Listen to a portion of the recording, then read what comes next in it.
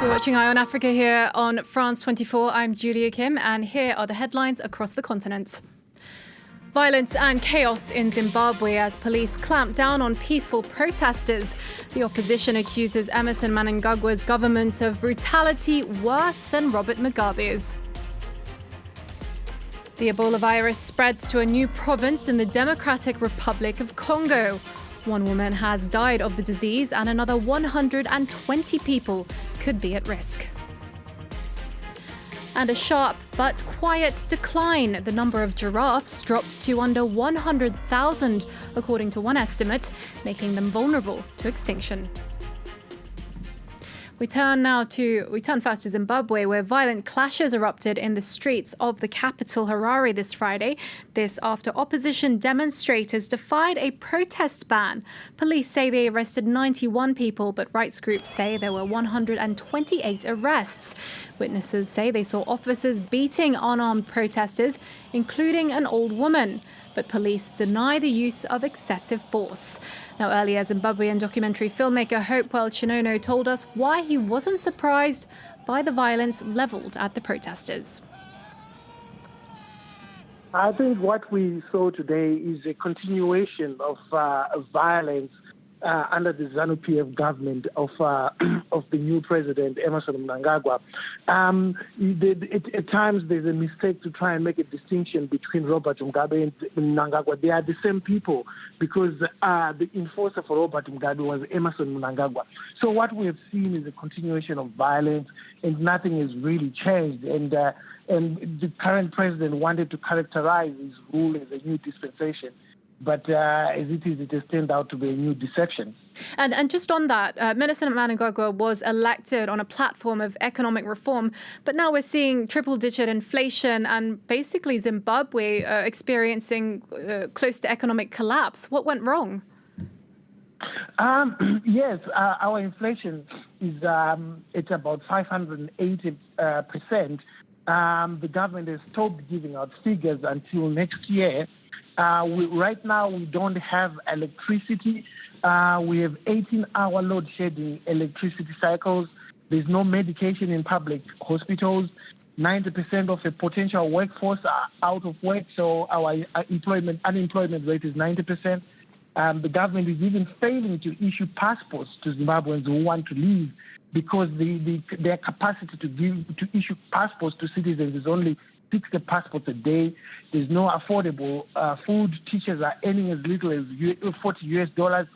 What went wrong? What went wrong is that the president, when he came into power after the military coup, he promised to implement political reforms that would make it much easier for Zimbabwe to have access to international loans through the IMF and the World Bank, and he hasn't implemented those reforms. The same reforms would have aligned the old laws to the new constitution, which was put in place in 2013, and he hasn't done that. So international investment is not coming. Some of his ministers are even involved in grabbing private property. So as we all know, investment and capital, they are a coward. They don't go where they feel threatened. Well, yesterday we brought you a report on suspicions around Uganda's installation of a $126 million CCTV system from Huawei.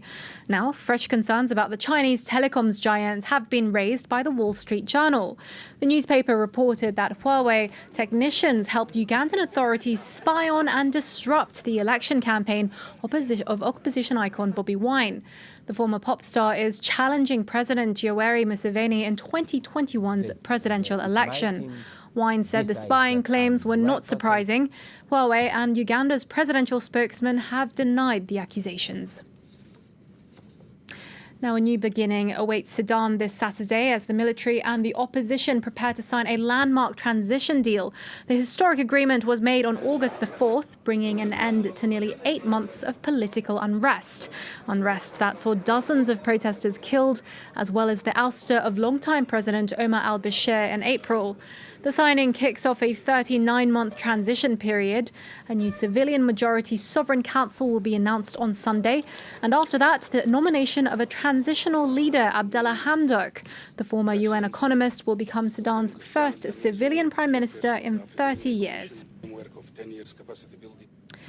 Moving on now, and the Ebola virus has spread to another province in the Democratic Republic of Congo. Authorities later confirmed a 26-year-old woman died in South Kivu. Her child is being treated for the disease. 120 people are now said to be at risk of contracting Ebola after coming into contact with the pair. The year-long outbreak had previously been contained in 2 other provinces, as Valérie Decriminalization reports. It's what authorities have been dreading the most, the spread of Ebola. The Congolese Health Ministry announced on Friday that the highly contagious virus has reached a new province. 2 cases have been confirmed in South Kivu, adding to the provinces of North Kivu and Ituri, where many have been killed in the year-long outbreak. In South Kivu, authorities say one of the 2 patients has already died. La victime est décédée. One victim has passed away. It's a woman. And one of her children, a baby, has tested positive. But he is alive and receiving care. The woman had been identified as a high-risk contact of another Ebola case in Beni. She had traveled 700 kilometers south by bus to Mwenga, where she died on Tuesday night. Last month, Ebola reached the city of Goma in North Kivu, raising concerns that the epidemic could cross the border into Rwanda. Now the 2 new cases in South Kivu have heightened fears that the virus is spreading far and wide. Since the outbreak began in August of last year, Ebola has claimed the lives of some 1,900 people in the Democratic Republic of Congo. Well, in other news, sex workers in South Africa are fighting for the decriminalization of their profession due to abuse and from clients and authorities alike. Earlier this year, President Cyril Ramaphosa said he was considering decriminalizing the trade, but those in the sex industry are yet to see any concrete reforms. Laurent Berstecker has the story. Violent clients, police harassment, and stigma from their communities. These are only some of the issues that South African sex workers face on a daily basis. A growing number are now calling on the government to afford them greater protection by decriminalizing prostitution.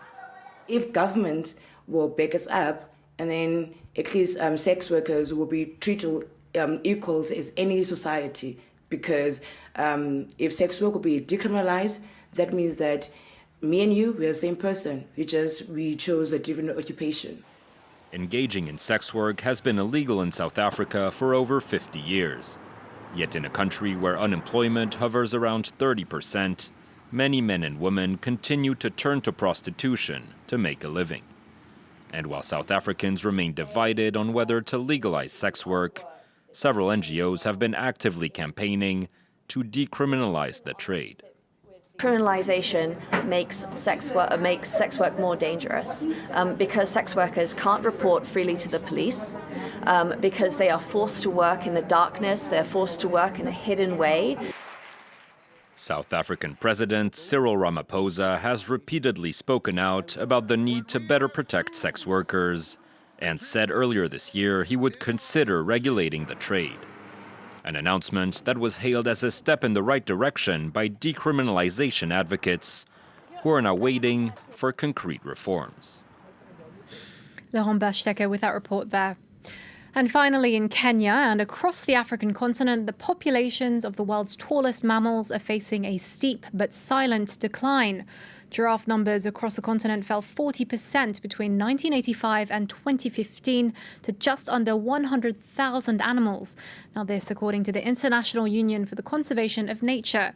But unlike the attention given to the dangers facing elephants, lions and rhinos, the plight of the gentle giraffe has gone largely unnoticed. Laikipia in central Kenya was once teeming with giraffes. Today, it's becoming more difficult to spot them. Over the last 20 years, giraffe numbers have steadily declined in Kenya and across much of the African continent.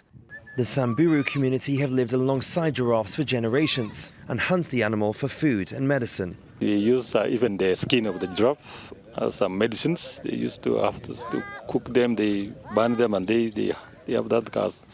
They scrub from the skin, then they use them as medicine. That's why sometimes they used to kill them before. Central Kenya is home to a subspecies of giraffe that is becoming increasingly rare. Current estimates show that the population of these reticulated giraffes has declined by over 60% in just 20 years. Simon and his colleagues are animal researchers who monitor giraffe life and behavior. They collect data and help create conservation awareness among the communities that live around the animals. There has been so many research done on lions, elephants and other species. But if you try to look at the giraffe, there's very little known about the giraffe. There's very little research done on the giraffe.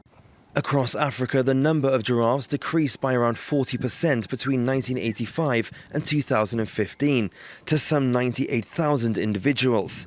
The population decrease has pushed 6 African nations to propose to regulate the international trade in giraffes. Animal activists argue that the effects of international trade in the giraffe population are unknown, and a study should be carried out to assess the need for regulation. Let's see the extent of this trade. First of all, let's determine, is it local or is it also international or is it both? What form does it take? Is it destructive to the overall population? These are some of the questions that we need to answer before we can put in sort of restrictive measures, in my view. The proposal would regulate the legal trade in giraffe parts obtained by trophy hunters and others in southern Africa. Observers are questioning the effectiveness of the measure since most of the legal trade occurs in places where giraffe numbers are actually rebounding, like South Africa and Namibia, where game hunting is legal. And that wraps up this edition of Eye on Africa. More news coming up next here on France 24. Stay tuned.